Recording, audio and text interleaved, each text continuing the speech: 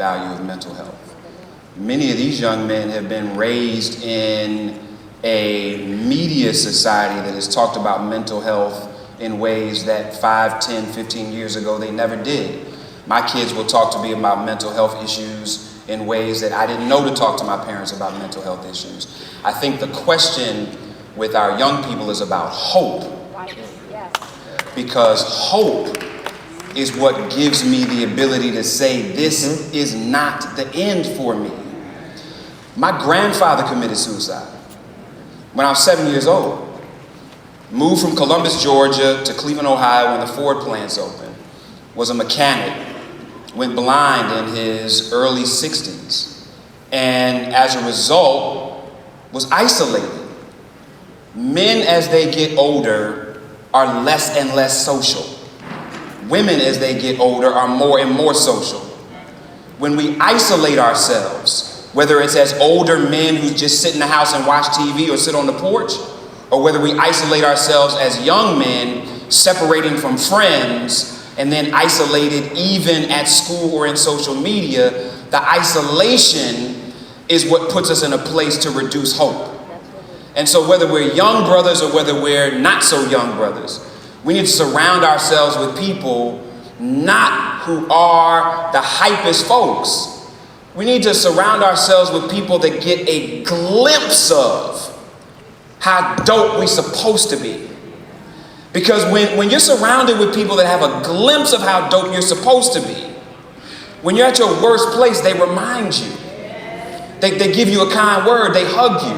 One of my boys, 35 years old, told me I was the first man that ever told him that I love him. At 35, he had never had another man say, I love you.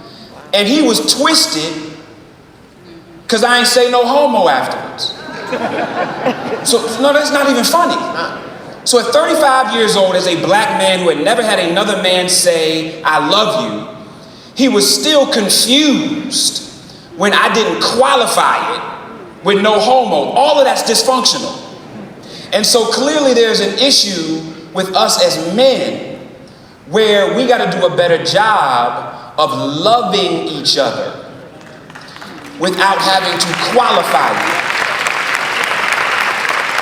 If you don't know how to love men in a hetero situation, how you gonna love women? If you don't know how to love you, how can you love something else? If you don't know how to love yourself, how can you extend that love beyond you? So when we talk about suicide, one, let's deal with the issue of hopelessness and the fact that many times we've created suicide as an option as a result of a lot of what these youngins are consuming. So I know black kids that started cutting themselves, not because cutting was something traditional in the black community, but because they were consuming content about wealthy kids cutting themselves. And then they used that as a mechanism of getting attention because they saw that work somewhere else. And so one, we got to deal with what are our babies consuming? How is that consumption changing what they view their options are by way of life?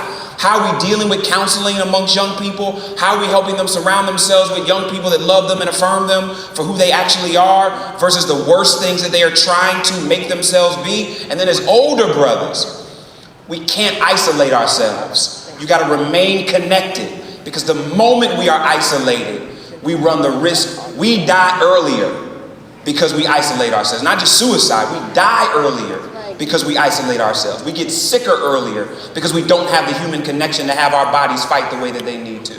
And so if we can deal with that in a real way, I believe that we'll begin to see a tide change, not just in suicides, but in how healthy we are as men.